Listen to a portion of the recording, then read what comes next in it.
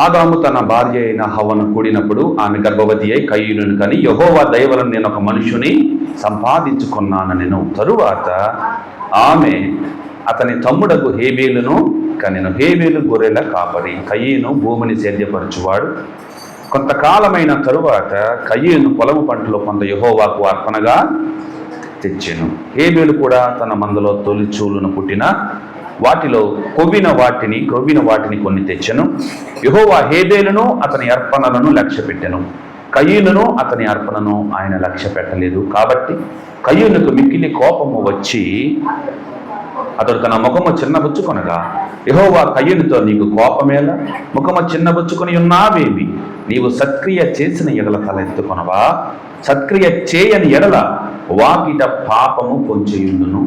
నీ ఎడల దానికి వాంఛ కలుగును, నీవు దానిని ఏలుదువు అనెను. ప్రార్థన చేసుకుందాం. సర్వోన్నతుడా, సర్వాధికారి యేసయ్యా, ఈ చిన్న వాక్యాన్ని దీవించి ఆశీర్వదించి వీరే మహిమ పొందమని యేసయ్య పెట్టి అడిగి వేడుకొని ప్రార్థిస్తున్నాము తండ్రి, ఆమేన్. దేవుని బిడ్డలారా, ఇక్కడ మనం గమనించాల్సిన దేవుని యొక్క దివ్య వాక్యము మనకి తెలియజేస్తున్నటువంటి వాక్యం ఏమనగా, కయీను మొహము చిన్నగుచ్చుకున్నాడు.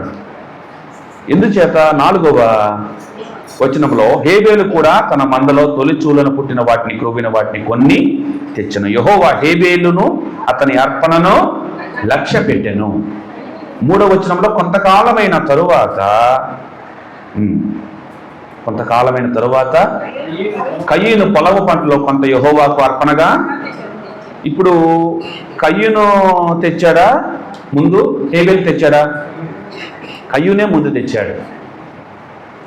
ఆదికాండము 4వ అధ్యాయం ప్రకారము కయ్యూనే ముందుగా అర్పణ తెచ్చాడు.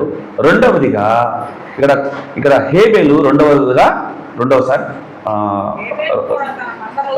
మొట్టమొదటిగా కయ్యూను తెచ్చాడు, రెండవదిగా హేబేలు తెచ్చాడు. దేవుడికి అర్పణను తీసుకువచ్చారు. అయితే దేవుడు కయ్యూను యొక్క అర్పణను అంగీకరింపలేదు, హేబేలు యొక్క అర్పణను అంగీకరించాడు. ఒక్కసారి స్పష్టంగా 4వ అధ్యాయంలో చివరి లైన్ చూసినట్టయితే, యెహోవా హేబేలును అతని అర్పణను లక్ష్య పెట్టాను. అంటే ముందుగా ఎవరు లక్ష్య పెట్టాడు? హేబేలును. తర్వాత అతను తెచ్చిన అర్పణను లక్ష్య పెట్టారు. చూసారా? అంటే అర్పణలు ఇద్దరు తెచ్చారు, కానీ ఒకరు ఆ అర్పణను తిరస్కరించబడిన విధముగా, మరొకరి అర్పణ అంగీకరించబడినదిగా ఉన్నది. ఇక్కడ దేవుడు మీరు గమనించినట్లయితే 3వ వచనంలో కొంతకాలమైన తరువాత కయీను పొలము పంటలో కొంత యెహోవాకు అర్పణగా తెచ్చాడు. అయితే అతని హృదయము దేవుడికి దూరముగా ఉండిపోయింది, కయీను హృదయము. అందుకే 7వ వచనంలో నీవు సత్క్రియ చేసిన ఎడల తలానెత్తు. అంటే కయీను యొక్క క్రియలు ఎట్లా లేవు? సత్క్రియలుగా లేవు. ఎప్పుడైతే క్రియలు సత్క్రియలుగా లేకోకుండా అర్పణలో మాత్రము వంతుల వారీగా, లేకపోతే అది అలవాటు ప్రకారంగా తీసుకొని వచ్చిన విధానాన్ని బట్టి, కయీను మనసు దేవునికి దూరముగా ఉండిన విధానాన్ని బట్టి హృదయ అంతరంగాలు ఎరిగిన దేవుడు ఈ కయీను విషయంలో వారి యొక్క కయీను అర్పణను అంగీకరించలేకపోయాడు. ఎందుకంటే అతని క్రియలు దేవుడికి దూరంగా ఉన్నాయి, అతని యొక్క ప్రవర్తన దేవుడికి దూరముగా ఉన్నది. అతడు మొక్కుబడిగా అర్పించాలన్న ఆలోచన చేత తీసుకొచ్చి అర్పించాడే గాని అతని క్రియలైతే దేవుడికి అనుకూలముగా లేవని ఇక్కడ మనకి స్పష్టంగా అర్థమవుతుంది. దేవుడు స్వయంగా మాట్లాడుతున్నాడు. కయ్యూనుతో ఏమన్నాడు? నీవు సత్క్రియ చేసిన ఎడల తలనెత్తు కొనవా. కాబట్టి అతని యొక్క క్రియలు, అతని ప్రవర్తన, అతని విధి విధానము, అతని యొక్క ప్రతి నడవడిక దేవుడికి విరోధముగా ఉండెను అనటానికి మనకి ఎవిడెన్స్ ఏంటంటే, హృదయ అంతరంగాలు ఎరిగిన దేవుడు మరి ఆయనకి ముందే తెలుసు అతని యొక్క బుద్ధి, అతని యొక్క ఆలోచన. చూడండి 8వ వచనములో, కయీను తన తమ్ముడైన హేబేలుతో మాట్లాడెను. వారు పొలములో ఉన్నప్పుడు కయీను తన తమ్ముడైన హేబేలు మీద పడి అతనిని, చూసారా, అతని హృదయము పగతో నిండిపోయింది. అతని హృదయం మంచికి చెడుకి తేడా లేకుండా అతని హృదయము ఇహలోక సంబంధమైనటువంటి విషయాల్లో మునిగిపోయింది. కానీ దేవుని యొక్క అర్పణ విషయంలో మాత్రం ముందే ఉన్నాడు. హేబేలు కంటే ముందుగానే ఉన్నాడు. క్రియల విషయంలో తమ్ముడి కంటే వెనకబడిపోయి ఉన్నాడు. అంతేకాదు అసలు చూడండి ఎంత అసూయపడ్డాడో తమ్ముని ఎడల. చూడండి, అందుచేత 5వ వచనంలో కయ్యూను అతని అర్పణను ఆయన లక్ష్య పెట్టలేదు కాబట్టి కయ్యూనుకు మిక్కిలి కోపము వచ్చి అతడు తన ముఖము చిన్నబుచ్చుకొనగా యెహోవా కయ్యూనుతో నీకు కోపమేలా, ముఖము చిన్నబుచ్చుకొని ఉన్నావేమి? ఒకవేళ అర్పణ అంగీకరించినప్పుడు ఎందుకు దేవా నా అర్పణ అంగీకరించలేదు అని దేవుణ్ణి బ్రతిమలాడుకోవాలి, అడగవలసినటువంటి మనస్సు కలిగి ఉండవలసినటువంటి కయ్యూను. ఆ మనస్సు కయ్యూనికి ఏంటండి? లేదు. దేవుడికి దూరం అయిపోయి లోకంలో కలిసిపోయి తన ఇష్టానుసారంగా జీవిస్తూ అర్పణల విషయంలో మాత్రము అర్పించుకుంటూ దేవుడికి దూరం అయిపోయి ఒక కయ్యూను చేసినటువంటి ఆ యొక్క అర్పణే మనకి ఉదాహరణ. మనము కూడా దేవునికి దగ్గరగా ఉండి దేవుని యెడల భయభక్తులు కలిగి ఉండి ఆయన ఆజ్ఞలు పాటించి మనము ఏ అర్పణ అయితే ఇస్తామో అది ఆయన అంగీకరించే అర్పణగా ఉంటుంది అంటానికి ఇదే ఉదాహరణ. దేవుని బిడ్డలారా గమనించండి, మొట్టమొదటిగా ఇచ్చాడు, ప్రథమంగా ఇచ్చాడు, తన కష్టపడిన దాంట్లోనే ఇచ్చాడు. కానీ అంగీకరించబడిందా, అంగీకరించబడలేదా? దేవుని బిడ్డలారా, అన్నిటికంటే ప్రాముఖ్యమైనది దేవుడు మనకు చెప్పిన సత్క్రియల విషయంలో మనం పాటిస్తున్నామా?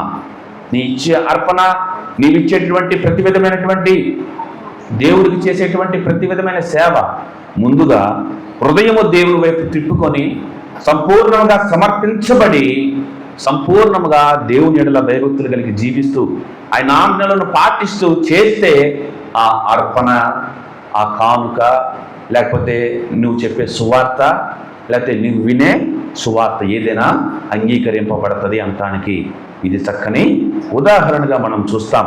చూడండి, అతని యొక్క హృదయంలో ఉన్న ద్వేషము తమ్ముడి ఎడల ఉన్నటువంటి మహాఘోరమైనటువంటి ఆలోచన, నరహత్య. అందుకే మీరు గూగుల్లో కొట్టండి, first murder on the earth అని కొట్టండి, హేబేలు కయ్యిందే వస్తుంది. First murder on the earth, first హత్య చేయబడినటువంటి విషయము మీరు ప్రపంచవ్యాప్తంగా గూగుల్లో కూడా చూస్తే అర్థమైపోద్ది. కాబట్టి ఆది కాండంలో దేవుడు వ్రాయించినటువంటి ఈ యొక్క విధానం అన్నదమ్ములే, కానీ అక్కడ జరిగినటువంటి వారి మధ్య జరిగినటువంటి వైరుధ్యం దేవుణ్ణి అడిగితే సరిపోయేది కదా. కాబట్టి కయ్యూను హృదయం, అన్న హృదయం ఎట్లా ఉందంట? చెడిపోయి ఉన్నది, దేవుడికి దూరమైపోయి ఉన్నది. కాబట్టి ఇక్కడ చూడండి 9వ వచనం, యెహోవా నీ తమ్ముడైన హేబేలు ఎక్కడున్నాడని కయ్యూను అడగగా అతడు నేను మొట్టమొదటిగా హత్య చేసేటువంటి పాతకములో పడిపోయినటువంటి కయ్యూను, రెండవదిగా అబద్ధం ఆడుతున్న కయ్యూను. నేను ఎరుగకుండా అన్నాడా? అతను ఏం చేశాడు? అసలు యాక్చువల్గా చంపివేశాడు, కానీ ఇక్కడ ఎరుగను అంటున్నాడు. తర్వాత నా తమ్మునికి నేను, ఎవరితో అంటున్నాడు ఈ మాట? దేవునితోనే అంటున్నాడు. చూడండి, రెండవ అబద్ధం. నేను నా కాపలా పెట్టావా? అసలు నాకు ఆయన ఎరుగను. అసలు హత్య చేసి పొలంలో పడవేసి ఇంత భయంకరమైన అబద్ధాలు ఆడుతున్నాడు. తన హృదయము అస్సలు దేవుడికి అనుకూలముగా లేనే లేదు. దేవుని బిడ్డలారా, మన హృదయము కూడా దేవుడిచ్చే ఆజ్ఞల విషయంలో ఎక్కడైనా తప్పిపోయి మనం ఉన్నామేమో స్వపరీక్ష చేసుకోవాలి. స్వపరీక్ష చేసుకోకపోతే కయ్యూనుకు తర్వాత ఏమైందో ఒకసారి చూసినట్లయితే, అప్పుడు ఆయన నీవు చేసిన పని అంటే దేవుడు మొట్టమొదటిగా అవకాశం ఇస్తాడు. ఆయనకు తెలుసు మనం తప్పు చేశామో ఒప్పు చేశామో తెలిసి అడిగాడు. అందుకే 3వ అధ్యాయము 2వ అధ్యాయం ఆది కాండం పక్క పేజీలో 18వ వచనం చూడండి. మరియు దేవుడైన యెహోవా నరుడు ఒంటరిగా నుండుట మంచిది కాదు, వానికి సాటి అయిన సహాయమును వారి కొరకు చేయుదుననుకొనెను. సహాయము, సాటి అయిన సహాయం. అదే 3వ అధ్యాయము 9వ వచనం చూడండి. దేవుడైన యెహోవా ఆదామును పిలిచి నీవు ఎక్కడ ఉన్నావనెను. అందుకతడు దేవుడు తెలీదా? ఎక్కడ ఉన్నాడో తెలీదా? తెలుసు. అసలు సమాధానం ఏం చెప్తాడోనని. తర్వాత అందుకతడు నేను తోటలో నీ స్వరము వినినప్పుడు దిగంబరినిగా నుంటిని గనుక భయపడి దాక్కుకుంటున్నాను నేను. అందుకు ఆయన, నీవు దిగంబరివని నీకు తెలిపిన వాడెవడు? నీవు తినకూడదని నేను నీకు ఆజ్ఞాపించిన వృక్ష ఫలములు తింటివా అని తిన్నాడో లేదో దేవుడికి తెలీదా? కాబట్టి మనం తప్పులు చేస్తామా చేయమో దేవుడికి తెలుసు. అయితే అవకాశం ఇస్తాడు. అవకాశాన్ని తన అతిక్రమములను దాచిపెట్టేవాడు వద్దలడు, వాటిని ఒప్పుకొని విడిచిపెట్టేవాడు కనికరము పొందను. కాబట్టి ఆ తప్పుని, మానవ సహజంగా చేసిన తప్పుని ఒప్పుకొని విడిచిపెడితే దేవుడు క్షమిస్తాడు. ఆయన క్షమించుటకు సిద్ధమైన మనస్సు కలిగిన వాడు. ఇక్కడ ఆదాము చేసిన తప్పు చూసారా? ఏమన్నాడు? అందుకు ఆదాము, నాతో నుండుటకు నీవు నాకు ఇచ్చిన ఈ స్త్రీయే ఆ వృక్ష ఫలములు కొన్ని నాకు ఇదిగా నేను తింటిని అని. 12వ వచనంలో దేవుడి మీద నెట్టేశాడు. చూసారా? దేవుడి మీద నెట్టేశాడు. ఏమంట? నీవు నాకు ఇచ్చిన ఈ స్త్రీ వల్లే, ఆమె ఇచ్చింది కాబట్టి నేను తిన్నా. చూసారా? అసలు మొట్టమొదటి చేసింది ఆదాముని కదా, ఆదాము తర్వాతే కదా ఆదాములో నుండి హవ్వను. కానీ ఎంత తెలివిగా స్త్రీ మీద నెట్టేశాడండి. తర్వాత అప్పుడు దేవుడని యెహోవా స్త్రీతో, నీవు చేసినది ఏమిటని అడుగగా, స్త్రీ, సర్పము నన్ను మోసపుచ్చినందున తింటిని. ఒక్క మారు అయా నేను తప్పు చేశాను, ఆజ్ఞాతిక్రమం జరిగిపోయిందని అంటే సరిపోయేది. ఆదామేమో స్త్రీ మీద నెట్టాడు, స్త్రీ ఏమో సర్పం మీద నెట్టింది. దేవుని బిడ్డలారా, మనము కూడా మన అతిక్రమాల విషయంలో, మన యొక్క అవిధేయతల విషయంలో ఒప్పుకొని విడిచిపెట్టే వారముగా ఉంటే దేవుడు వెంటనే క్షమిస్తాడు. దాన్ని వంక చూపి దాన్ని వేరే వాళ్ళ మీద నెట్టే ఆలోచన కలిగి ఉంటే అప్పుడు పశ్చాత్తాపం లేదని అర్థం, నేను నీతిమంతుడినని అర్థం. స్వనీతి మీద ఆధారపడిన ఏ భక్తిపరుడి యొక్క జీవితం కూడా నిలబడదు. కాబట్టి మనం గమనించాల్సిన విషయం ఏంటంటే, దేవుడికి తెలుసు మనము చేయబోయేది చేసేది. కాకపోతే మనము అతిక్రమాన్ని ఒప్పుకొని విడిచిపెడుతున్నామా, విడిచిపెట్టట్లేదా? ఇక్కడ ఆదాము హవ్వలు ఎలాంటి పరిస్థితుల్లో నెట్టబడిపోయి ఉన్నారు? అక్కడ ఈడెన్ గార్డెన్స్, ఏదేనో వనము నుండి పడద్రోయబడిన సంఘటన. దేవునితో సహవాసం నుండి ఏమైపోయారండి? ఎడబాటు వచ్చింది. అదే ఇక్కడ కయ్యూనికి దేవుడికి కూడా ఎడబాటు వచ్చింది. అదే స్వభావం కలిగినటువంటి, అదే ఎదురాడే స్వభావం. నేను కావలివాడనా? చూడండి ఏమంటున్నాడు, దేవుడితోనే అంటున్నాడు. నేనేమన్నా ఆయనకి కావలివాడేనా? అసలు నేను ఎరుగను అని అబద్ధం ఆడుతున్నాడు. హృదయ అంతరంగాలు ఎరిగిన దేవునితో అబద్ధాలు ఆడటం, అవిధేయత కలిగి ఉండటం, క్రమం లేకపోవటం అనేది ఎంతో దుఃఖకరమైన విషయంగా మనం ఆలోచన చేయాలి. చూడండి 11వ వచనం, కావున నీ తమ్ముని రక్తమును నీ చేతుల్లో నుండి పుచ్చుకున్నటకు నోరు తెరిచిన ఈ నేల మీద ఉండకుండా నీవు శపింపబడిన వాడు. నీవు నేలను సేద్యపరచినప్పుడు అది తన సారము నీక మీద నీకు ఇయ్యదు. నీవు భూమి మీద దిగులు పడుచు దేశ దిమ్మరవయ్యుదు నేను. అందుకు కయ్యను, నా దోష శిక్ష నేను భరింపలేనంత గొప్పది. నేడు ఈ ప్రదేశం నుండి నన్ను వెళ్ళగొట్టితివి, నీ సన్నిధికి రాకుండా వెలివేయబడి దిగులు పడచ్చు. భూమి మీద దేశ దిమ్మరిన యుందును. కావున నన్ను కనుగొను వాడెవడో వాడు నన్ను చంపునని యెహోవాతో అన్నాడే గాని పాపాన్ని ఒప్పుకోలేదు. చూసారా? ఆదిమ కాలము నుండి ఎదురాడే స్వభావం కలిగిన వాడు మానవుడు. 3 విషయాలు దేవుడు సంభాషించాడండి.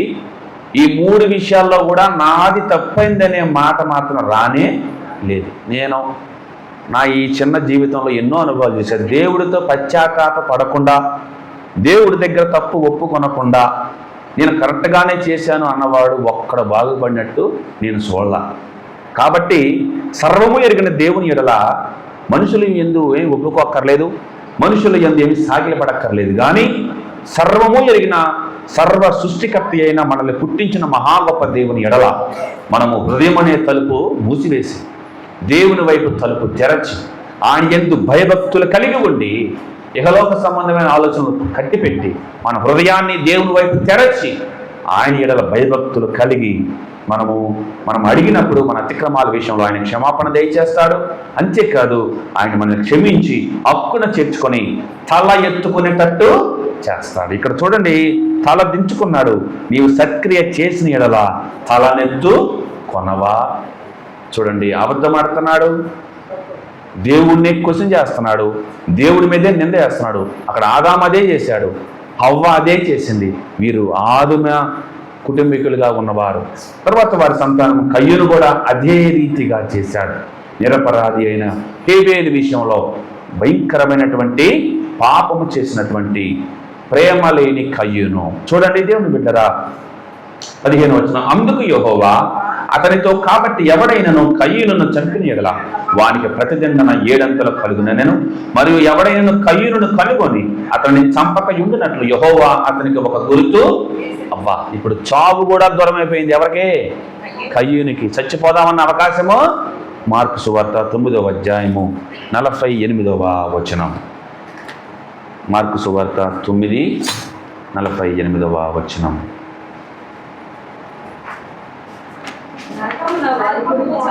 నరకమున్న వారి పురుగు చావదు, అగ్ని, దేవునికి స్తోత్రం. ఎంత ఘోరమైన పరిస్థితి అండి. నరకమున వారి అగ్ని ఆరదు, పురుగు మరణాన్ని ఎదుగుతారంట. ఎంత ఘోరం అండి. మరణాన్ని వెతుకుతారు కానీ మరణము దొరకదు. అగ్ని ఆరదు, పురుగు మహారోదనము చేత బహుభయంకరంగా మలమల మాడిపోయి అగ్నిగుండంలో ఏగే సమయం ఉంటుంది. ఎవడైతే దేవుని యందు భయభక్తులు కలిగి ఉండి యేసు ప్రభు యొక్క శిలువ శ్రమలను గుర్తెరిగి నా కోసం ఆయన చనిపోయాడని పశ్చాత్తాప హృదయులై యేసు ప్రభు శిలువ ధ్యానము చేస్తూ మన యొక్క అతిక్రమాలని అవిధేయతను ఒప్పుకొని ఆయన యందు భయభక్తులు కలిగి ఆయన నమ్ముకొని విశ్వాసం నుంచి మారు మనసు పొంది పశ్చాత్తాపడి ఆయన యందు గడగడ వణుకుచు ప్రార్థన చేస్తారో, ఎవరైతే ఆయన శిలువను నమ్ముకొని ఒప్పుకొని ఆయన యొక్క మరి సొంత రక్షణకి అంగీకరిస్తారో వారు పరలోక రాజ్యంలో దేవుని యొక్క సన్నిధిలో యుగయుగాలు సహసింహాసనం మీద కూర్చోండి ఆనందిస్తారు. ఇక్కడ చూడండి, సత్క్రియ చేయలేదు, అంతేకాదు నేను కావలివాడినా అని ఎదురు చెప్పాడు. కాబట్టి దేవుని ఎడల ఎదురాడే స్వభావము, దేవుని ఎడల మరి క్రమాన్ని పాటించకపోవటం, దేవుని ఎడల భయభక్తులు లేకపోవటము, దేవుని యొక్క వాక్యం ఎడల నిర్లక్ష్యం వహించడం అనేది అది సత్క్రియ కిందకి రాబడదు. కాబట్టి మనం ఎంతగానో గమనించవలసిన వారమై ఉన్నాం. ఓ మానవుడా నీ గతి ఏ మౌనం తెలియునా, ఏమేమి చేయు చూసివో స్థాపించు కొందువా. హేబేలు అర్పణ తెచ్చాడు, కయ్యేను అర్పణ తెచ్చాడు. కయ్యేను యొక్క వ్యక్తిగత జీవితం దేవుడికి సంబంధం లేకుండా లోకంలో ఉంది. హేబేలు సరే క్రొవ్విన వాటిని తెచ్చాడు, శ్రేష్టమైన వాటిని తెచ్చి ఉండొచ్చు. ఒకవేళ కయ్యూను తెచ్చిన దాంట్లో శ్రేష్టమైనవి లేకుండా ఉండొచ్చు, లేకపోతే అది ఏమన్నా కావచ్చు. కానీ అసలు హృదయం దేవుడికి దూరముగా ఉండిపోయిన స్థితి అర్థమైంది కదా. 4 విషయాలు చేశాడు. నేను కావలివాడినా అన్నాడు, వాడు నరహత్య చేశాడు. అంతేకాదు మరి తర్వాత ఇంకా అనేక విషయాలు చెప్పి చూడండి. నేను ఎరుగను అన్నాడు. అన్నీ తెలుసు కానీ అన్ని అబద్ధాలే ఆడి ఉన్నాడు. కాబట్టి ఇక్కడ చూడండి 7వ వచనంలో, సత్క్రియ, నీవు సత్క్రియ చేసిన ఎడల తలనెత్తుకొనవా, సత్క్రియ చేయని ఎడల వాకిట పాపము. వాకిటే పాపం పొంచి ఉంటుందంట. మన వాకిట నల్లటి త్రాసుపాము ఉంటే తలుపు తీసిన వెంటనే గబుక్కుని తలుపేసేసి లోనికి వచ్చేస్తాం. ఎందుకని? పాము అంటే మనకి భయం. అది కనపడుతుంది కాబట్టి. మరి కనపడని పాపము చూడండి.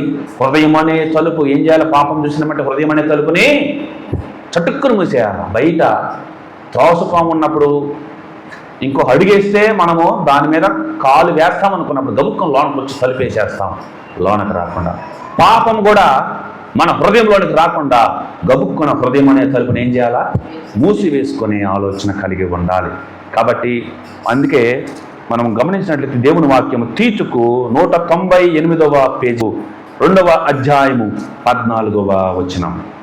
ఆయన 198వ పేజీ, సమస్తమైన దుర్నీతి నుండి మనలను విమోచించి సత్క్రియలందాసక్తి గల ప్రజలను తన కోసము పవిత్రపరుచుకొని తన సొత్తుగా చేసుకున్నటకు తన్ను తానే మన కొరకు అర్పించుకొనెను. దేవునికి స్తోత్రం. చూడండి, అనగా పైన వచ్చిన చూడండి, అనగా మహాదేవుడును మన రక్షకుడునైన యేసుక్రీస్తు మహిమ యొక్క ప్రత్యక్షత కొరకు ఎదురు చూచుచు ఈ లోకములో స్వస్థ బుద్ధితోనూ నీతితోనూ భక్తితోనూ బ్రతుకుచుండవలెనని మనకు బోధించుచున్నది.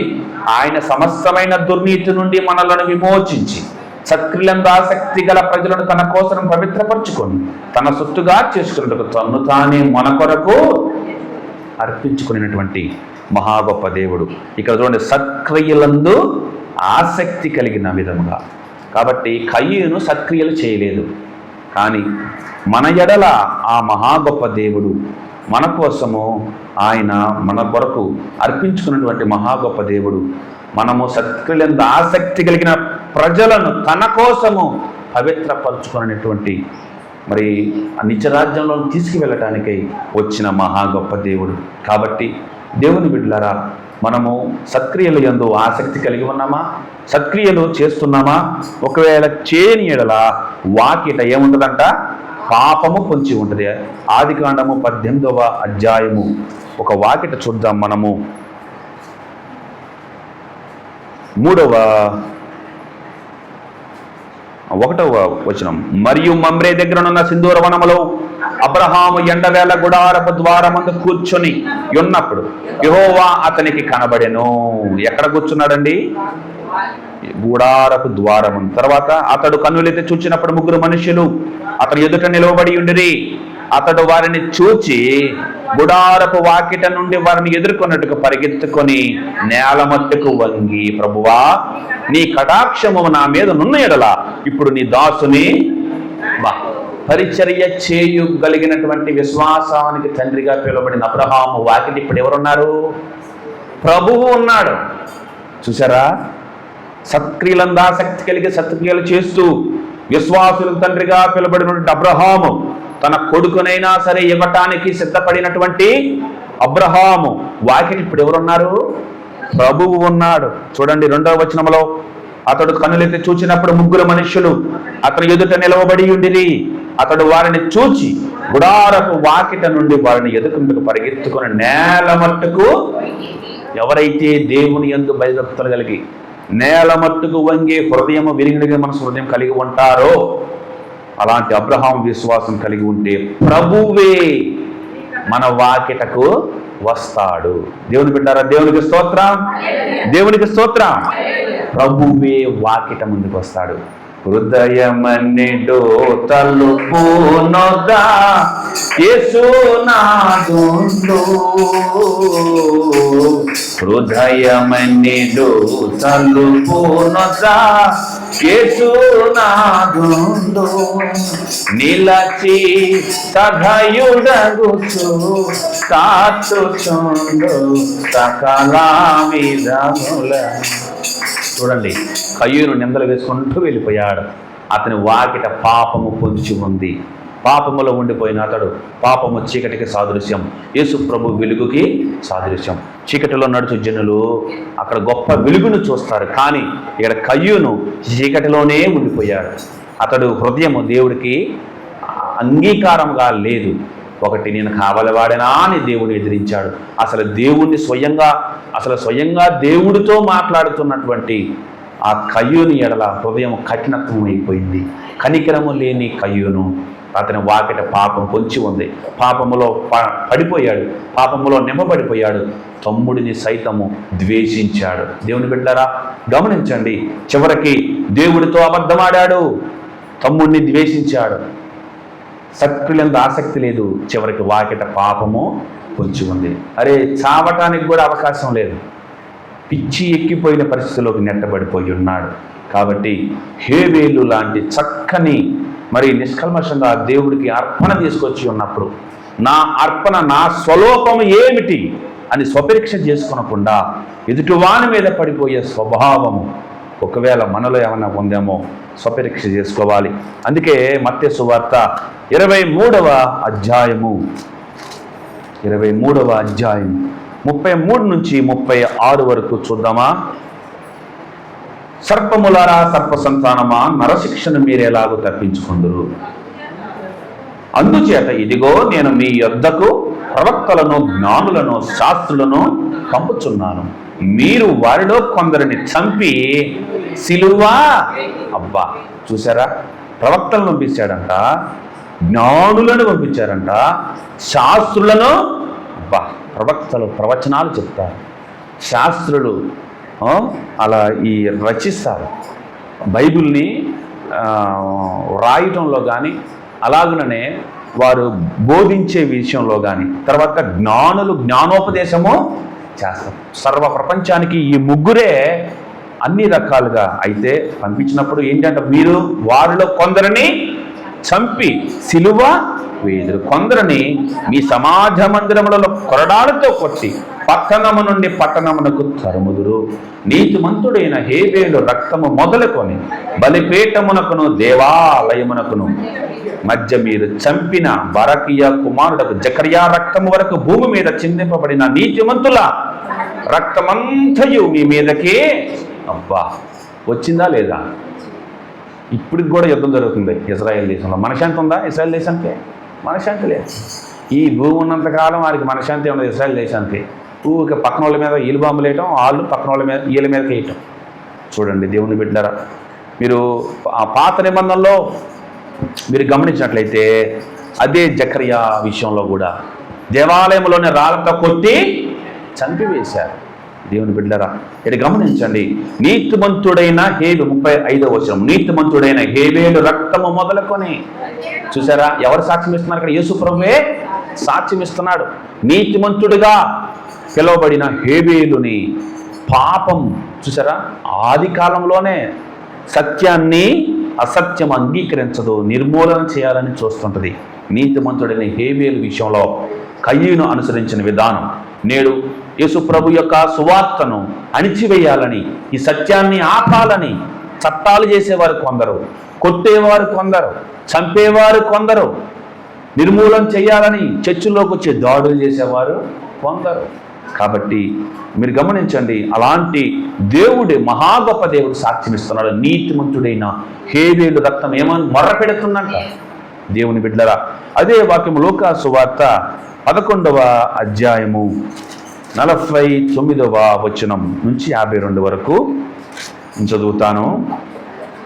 అందుచేత దేవుని జ్ఞానము చెప్పినదేమనగా, నేను వారి యొద్దకు ప్రవక్తలను అపోస్తలులను పంపుదును, వారు కొందరిని చంపుదురు, కొందరిని హింసింతురు. కాబట్టి లోకము పుట్టినది మొదలుకొని, అనగా హేబేలు రక్తం మొదలుకొని బలిపీఠమునకును మందిరమునకును మధ్యను నశించిన జకర్యా రక్తము వరకు చిందింపబడిన ప్రవక్తలందరి రక్తము నిమిత్తము ఈ తరము వారు విచారింపబడుదురు. నిశ్చయముగా ఈ తరము వారు ఆ రక్తము నిమిత్తం విచారింపబడుదురని మీతో చెప్పుచున్నాను. ఆ విచారము, ఆ యొక్క విచారణలో తీర్పు దినాన అగ్ని ఆరదు, పురుగు చావదు. మహాఘోరమైనటువంటి దినము. తల్లి జాడ పిల్లకి లేక, పిల్ల జాడ తల్లికి లేక, మహాఘోరమైన స్థితి.